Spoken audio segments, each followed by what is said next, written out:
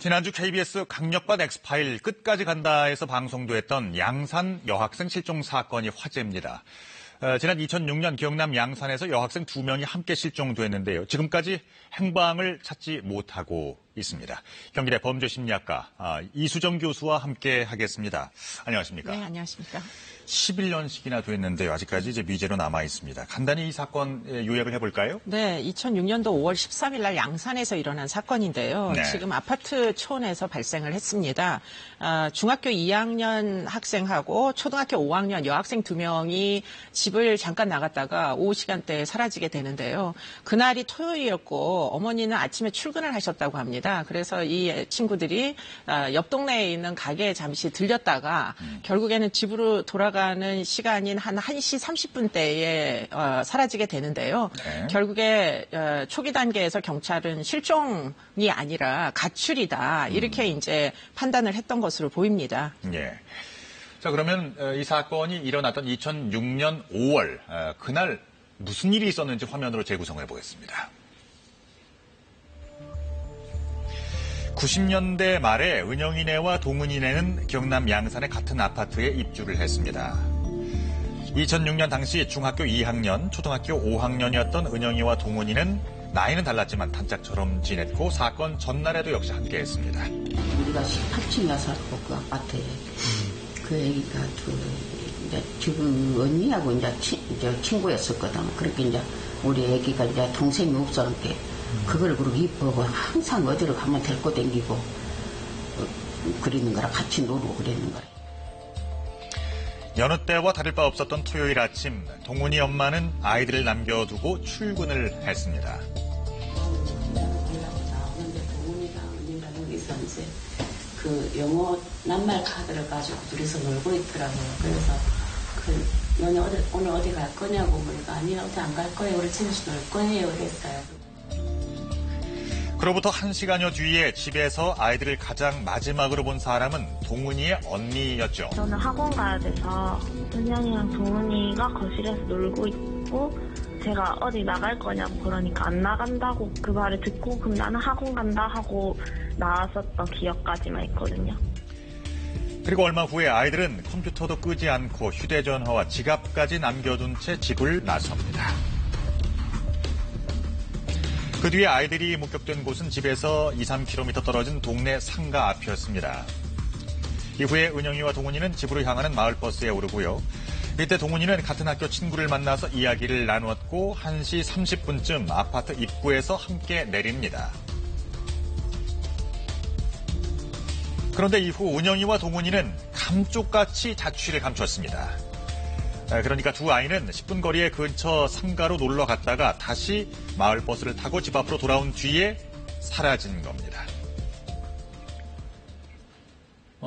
종합하자면 자신들이 살고 있는 아파트 입구에서 사라졌네요. 네, 버스에서 내릴 때까지는 친구가 네. 목격을 했기 때문에 목격자 진술이 존재하는데 일단 버스에서 내린 다음에 집까지 걸어가는 그 와중에 사라진 것이죠. 그 시기적으로 살짝 좀 염려는 됩니다만 그 2006년도였으면 CCTV가 그렇게 많지는 않았을 것 같은데요. 네, 그때 안타깝게도 이 마을버스의 양산 지역에는 CCTV를 달지를 않았다고 합니다. 그러니까 버스 안에 혹시라도 버스 안에서부터 누군가가 아이들을 미행을 했다면 CCTV가 있었으면은 확실하게 알 수가 있었을 텐데 지금 찍혀 있는 장면이 어디에도 없습니다. 그러면은 그 마을버스의 기사라든가 그 주변 사람들의 기억에 의존할 수밖에 없네요. 네, 그 마을버스 기사분이 이 동네에 대해서 굉장히 잘 알던 분이라 아이들이 내려서 어디로 가는지 하는 걸 보셨답니다. 그래서 아파트 단지로 걸어가는 것까지는 이 기사분에 의해서 목격이 되었습니다. 네.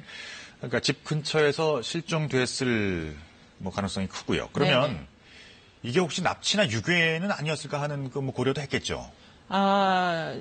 처음에는 이제 단순 가출로 처리가 돼가지고 한 며칠 기다려보자 이런 식으로 이제 대응을 했던 것 같은데 문제는 아이들이 이제 돌아오지 않으니까 6일이 지나는 지점부터 이것을 이제 실종 사건으로 처리를 해가지고 지금 공개 수사를 하기 시작했다고 합니다. 전단지를 일단 만들어가지고 배포를 했는데요. 전단지를 그 지역 근처에다가 자그마치 50만 부나 배포를 했는데 그 이후에 여기저기서 목격을 했다라는 전화들이 오기는 했으나 그러나 확실한 증거가 있는 제보들은 확보를 못한 것으로 그렇게 알려져 있습니다. 갖가지 뭐 상상력을 발휘해서 재구성을 뭐 해볼 수 있겠습니다만, 그러니까 여학생이 이제 한 아이는 중2였고, 네. 한 아이는 초등학교 5학년이었으면은 그래도 그 아이 둘씩이나 한꺼번에 납치하는 것이 쉬운 일은 아니었을 것 같아요. 네, 그리고 그 시간대가 토요일 날 오후 2시경이었기 때문에 대낮이었고. 사실 뭐 사람들이 많이 왔다 갔다 하는 아파트 지역에서 예. 비명을 지르는 아이들을 완력으로 차량에다 태우는 방식으로는 사실 납치 사건이 일어나기가 매우 어려웠던 것으로 추정이 되고요. 네. 다만 이제 아이들이 자발적으로 누군가의 유인에 의해 가지고 따라간다면 그건 충분히 있을 수가 있는 얘기다. 예를 들자면 지금 중학생과 초등학생이었으니까 만약에 누군가가 도움을 요청을 했을 경우에는 네. 둘이었기 때문에 아마도 경계심을 좀 더 느슨하게 가지고 저분을 도와주러 가야 되겠다 이런 생각은 얼마든지 할 수 있을 것으로 추정이 돼서 네. 결국에는 자발적으로 자기 발로 사라지는 그런 과정이 아니었을까 추정을 할 수 있겠죠. 그러니까 유괴였다면은 뭐 금품을 요구하는 전화가 오타거나 뭐 이럴 수 있잖아요. 네, 그 이후에 그와 같은 금품을 요구하는 전화가 한 통도 오지 않았고요. 그렇기 때문에 지금 금전을 노린 그런 납치 사건하고는 굉장히 거리가 멀고요. 결국은 이 사건의 목적은 이 두 여자아이였다. 이렇게 볼 수밖에 없는 것이죠. 네. 그러니까 납치 이외에 뭐 우리가 가정할 수 있는 상황은 본인들이 이제 집을 나간 네. 뭐 가출의 상황인데요. 경찰도 처음엔 그렇게 이제 알고 있었죠. 네, 당시에는 일단 가출 처리를 많이 했었기 때문에 청소년이 집에 오지 않는다 그러면 단순 가출로 늘 생각을 하던 시절이었거든요. 그런데 문제는 가출이 아니라고 이제 주장을 하셨던 것이 네. 아이들이 집안에서 그 놀던 컴퓨터도 그대로 켜놓은 채로 그렇죠. 더군다나 가출을 하려면 중학생이 가출을 하려면 사실 혼자 나가도 돈이 꽤 들기 때문에 지갑은 틀림없이 챙겼을 것 같고 네. 그리고는 핸드폰도 들고 갔어야 되는데 지금 그러네요. 그런 것들이 그대로 집에 남겨져 있고 더군다나 뭐 초등학교 아이를 데리고 가출을 한다는 건 사실은 그러기가 굉장히 어렵습니다. 네. 더군다나 가출을 했다면 아이가 목격된 방향이 집으로 돌아가는 방향이 아니라 집에서 나오는 방향에서 누군가에 의해서 목격이 됐어야만 했었겠죠. 네. 네. 그러니까 이 교수님의 지금까지의 뭐 경험에 의한다면 그러니까 합리적인 이제 의심은 그러면 납치 쪽으로 이제 무게 중심을 주고 계시는 거예요. 네, 그냥 뭐 어떤 아이들을 무슨 인신매매 조직이나 이런 데서 납치를 했다기보다는 예. 예를 들자면 우리가 기억나는 사건이 지금 이 사건이 2006년도 사건인데 2007년도 안양에서 혜진이 예슬이 사건이 있습니다.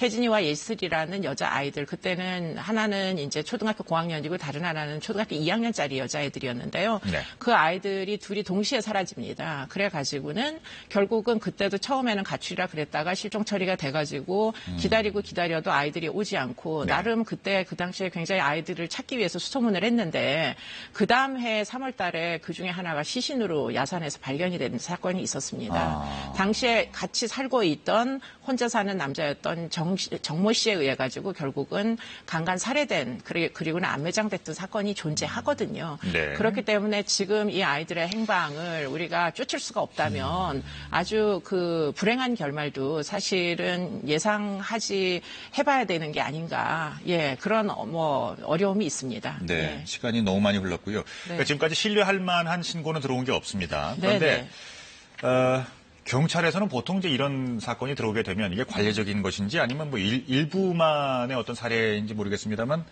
처음엔 단술 가출로 보게 되나 보죠?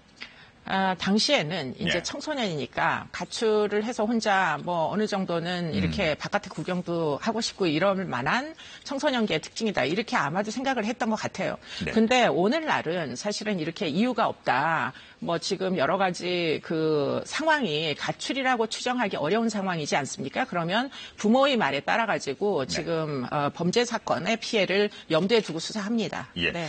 그 강력반 엑스파일 끝까지 간다 제작팀에서 말이죠.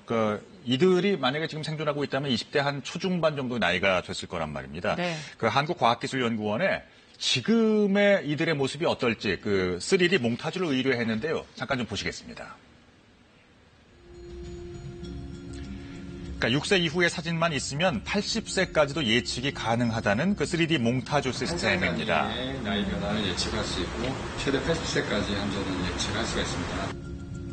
올해 24살이 됐을 은영 씨는 눈이 크고 반달 모양의 눈썹이 특징으로 현재 이런 모습을 하고 있을 것으로 예, 보입니다. 그러면 동훈이는 어떻게 변했냐면요. 유치원 졸업사진을 기준으로 했을 때 동훈이의 얼굴에 한 살 한 살 나이를 지금 입혀봅니다. 3D 몽타주 시스템이 예측한 이 사진들 잘 봐주시기 바랍니다. 지금 그러니까 오른쪽의 모습이 현재의 추정되는 모습입니다. 지금 여러분 곁에 있을지도 모릅니다. 2006년 5월 13일 오후 2시 이후에 경남 양산시 웅산읍 인근에서 사라진 두 학생의 얘기입니다. 여러분들의 많은 그 제보를 기다리고 있습니다. 20대 초반이 됐을 이들의 모습 꼭 기억해 주시기 바랍니다.